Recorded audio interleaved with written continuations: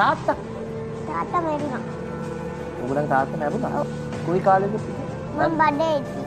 ඔයා අම්මගේ බඩේ ඉද්දි? ඔව්. එයාගේ කකුලේ අමාරුවක් ඇවිල්ලා බෙහෙත් එකක් විදලා මැරුණා.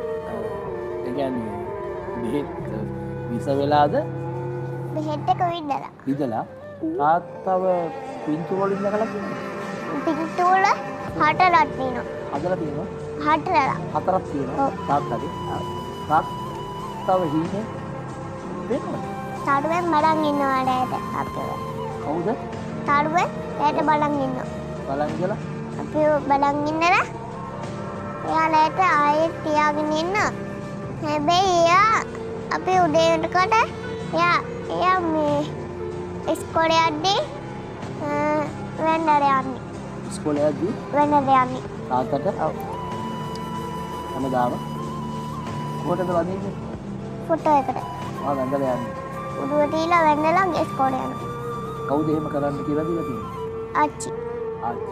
මේ ඔයාට අතට ආදරේ? ඔව්. කවදාවත් දැකලා නැහැ.